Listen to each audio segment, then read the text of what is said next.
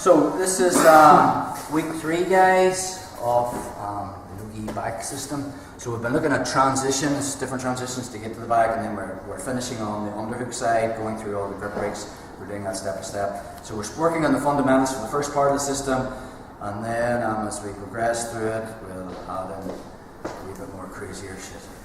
Okay. So again, in the cross side position here. Cross face underhook, making the frames exact same move as last time, only Carl's going to tuck his knees. Okay, so rather than learning a whole bunch of transitions, we want to kind of problem solve the things, and this is usually what's going to happen. So that move that we did in the warm up, this is usually what happens. So again, Carl's probably making frames with his hands. I'm driving this cross face into them, and this hand comes to the far hip as I turn towards north south. Crook of my arm comes under his arm. Again, not at the elbow. I want to be coming under the armpit, so I'm actually turning him. If you find if you come under the elbow, his arm just moves. His body doesn't turn, so I come right underneath hand on his chest, so I'm turning his torso. All I need is a little bite, and then I'll sink my chest back, get it behind the shoulder blades, knees come off, and I have harness control. So when I get to there though, as I go to chair sit, again, we're not just stepping over to here. Carves his knees tucked. If they're not super tucked, I can stomp it in. Okay, it just comes in like a kick. But again, sometimes people are worried that you're going to get in the back and they have good flexibility, and this knees are so high, so it doesn't matter if I drop onto my hip, I'm still not going to get this in. The main thing is I want to keep my alignment, so I want to have some kind of chest pressure behind Carl's back, and if I can, I'll stay with my chin on the shoulder. So from here, I'm going to put my left knee in. He's got his knee super tucked. All I want, instead of puncturing this with my heel, I'm going to use my knee. So my left knee's coming up. I just put it in his left hip, his top hip, and then I come off my right knee and I sprawl it back. My goal is now, keep your legs really tucked, bro. My goal is now is to force this knee to the mat. So drive it all the way down. So once I get it to the mat, I'm pushing my shin towards his feet this way. I flop my foot down, and then I switch my hip, and we're back into the same position again, okay? So then I sit my hip on the mat, I've got my alignment, so my chin is on the shoulder, and then I roll from my right hip to my left hip. And we're on this underhook side. So again, Carl doesn't know jiu-jitsu. He strips the top hand. I have the choke, fights over. He knows jiu-jitsu, makes that baseball bat grip on my arm, okay? And yeah, he's looking to bring this overhead, and we're going to look at that as well. So, makes his grip. So, from there, I'm letting go of my wrist, and I'm grabbing his wrist. Okay, then I go for the may I help you grip. That's the first thing I'm going to do. So, from there, making the grip, I'm trying to bend Carl's little finger towards me for that wrist lock. But 9 times out of 10, he's not going to tap, he's going to let go. And when he does, I make that special grip that we talked about.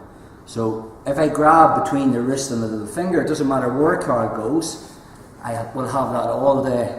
Whereas if I make this, it's very difficult to keep that grip. So again, he has that baseball bat control. Let's look at the wipe off grip, because he can counter that wrist lock, okay? So from here, when he's got, make your grip just a little bit higher up, good. So there and there's good. So when I try to go for this, I'm looking to turn Carl's little finger towards his chest. That's where the wrist lock is. But if he does a reverse motorcycle grip, and he does that, see the way he's hiding his little finger? And I can't even come around to make my may I help you grip. But look, watch, there's where his thumb is. So I want to strip this grip. It's called a wipe-off grip. I use a palm heel. It's like I use my hand as a bulldozer. I put it on his thumb, and I just stripe it down. Again, make that grip. So I'm really moving his thumb from this side of my hand to this side, just by pushing it down, okay? So I find that, and then I'm into that special grip again. So then the next move will be, he'll have one grip on this hand here, looking to do something with this arm, which we'll look at next time. So let's go back again, bottom roll. So that same setup from side control, dealing with the tucked knees. So cross face pressure on, hand comes to the hip so he can't follow me. as I turn, see the way I'm actually not staying chest to chest, I'm turning more onto my right hip, putting pressure on core. This comes under, and then I use that to roll all the way forward, getting my chest behind. Make my harness control, chin's in the right place, slide my knee down, he does this. So all I do is, I put my left knee in his hip, I take my right knee off the mat, and now I just puncture and drive my knee all the way to the mat. And I use my shin to push his knees towards his feet, and then I drop this foot to the mat, and now I switch my hip. So I'm turning my right hip to the mat. And now I just church it again, rolling across. We're in their position. He's made this baseball bat grip. I'm looking to go for the may I help you, and he turns his hand. So now I'm going to go for this wipe off grip. Palm of the hand on the thumb, strip it, right? And I look for that special grip. Now let's just say I maybe didn't get it good, and maybe I'm on the wrist and he breaks it off, right? And the second I lose that, I'm bringing my hand up just to my head, because what's going to happen? I'm going to start to force the choke, and he's coming in to make the grip, and when he does, I have it again. And then from that position, we'll look at dealing with this hand next time. One more time. So, cross face underhook. Hand comes to the far side. Head pressure. Turning my hip. Come under the armpit. Hold. I'm going to chair sit. His knees are tucked. Chin. You want to keep that alignment the whole time. Put my left knee in his hip. So the knees are really tight. Now my right knee comes off. This gives me pressure with my left knee. And I just force my left knee all the way to the mat. I use my shin to push his legs back. And then I switch my hip. And I'm rolling from my right to my left. He's made this baseball bat grip. I'm looking for the may I help you. He turns his finger. The second he turns his finger and I don't see that, I'm immediately hitting this wipe off grip. So the palm of my hand hits the thumb, and the second I strip it, I look for that special grip. That meaty part between the little finger and the wrist, that's what I want. Again, I'll start to force the choke, and he's one hand now on a tucked chin. If I lose that, and I wasn't in particular where the grip was, I don't try to grab it, because he's going to be moving that all over the place. I just bring it up here, and now I try to choke him on one hand. And he will try to grab the wrist, and when he does, that's when I have it again. Okay? So, let's play with that, guys.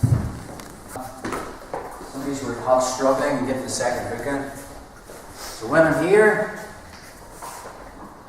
and I make Car do the elephant man, I'm rolling him up. When I go to chair sit, he's got a tucked knee, so I get my knee in. Pressure, pressure, pressure. This foot's coming off, so I get the knee all the way to the mat. And I turn my hip, and then I chair sit. But let's just say when I drop onto my right hip, as I'm rolling onto my left, Car comes to his knee. And now I can't, well, sometimes, you can still chop it in, but if he really tucks it super high, and I can't tuck it in, all I'm going to do is I cross my ankles. Okay? So if I can't get that hook in, and we look at this control method where I have one hook control, I cross my ankles. Now the detail is, I want to make sure my knee's above his hip, because if I cross my ankles and my knee is just in level with his hip, Car can roll the turn. Yep, I've lost it. Well, I haven't lost it, but I'm in a more difficult position. So just come back up.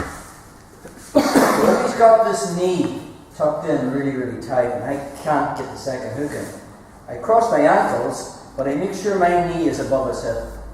And all I'm going to do is bend it back like a banana. The way his elbow took your knee again, remember? The way his elbow's connected to his knee. So I use that connection to bend it back, and then a second hook. So just one wee thing. The sun gets